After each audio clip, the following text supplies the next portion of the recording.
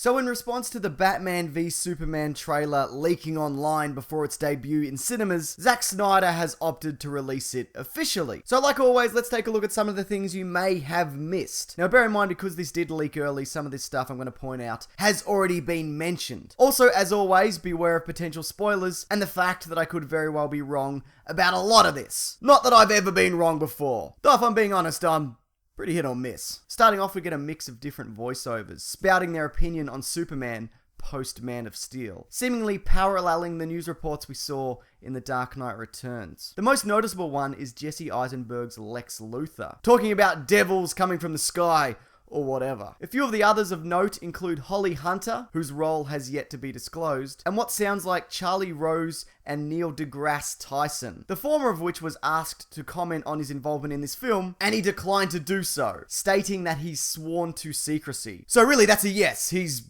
definitely in this. I'm assuming this statue here lays at the center of where Zod's world engine battered Metropolis flat. I couldn't line up any of the buildings from Man of Steel, but the fact that it's in a mostly open space, like that of Ground Zero, makes me think that this is the case. This Superman statue is also something we've seen before, through leaked on-set photos. That really gives us a sense of scale for this whole area. Jeremy Irons as Alfred gets a run, saying that's how it starts, the feeling, the powerlessness that turns good men cruel. Except, he said it better than I said it then. Now, seeing as this shot lingers on Bruce Wayne, it can be assumed that he's talking about him specifically, as having his parents murdered is what set him on a certain path. I feel that this could also be applied to Lex Luthor, who often is made to feel inferior to this man from the sky who can essentially do anything. Of course, this line could equally apply to Superman, or anyone, really. But speaking of Superman, it looks as if this film will emphasize that he's a superhero of the world. We see him in a couple of different locations outside of Metropolis, including him here,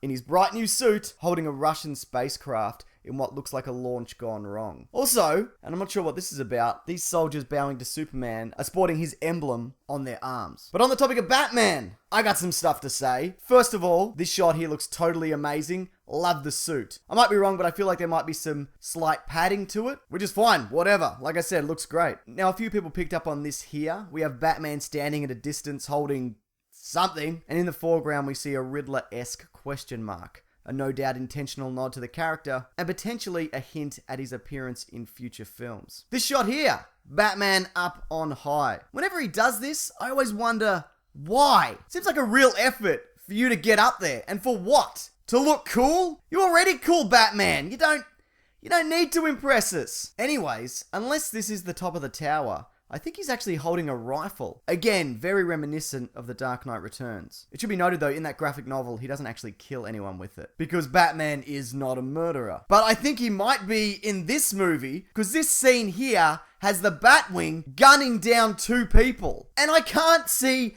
how they could have possibly survived this. No one is walking away from that. Is this Batman a murderer?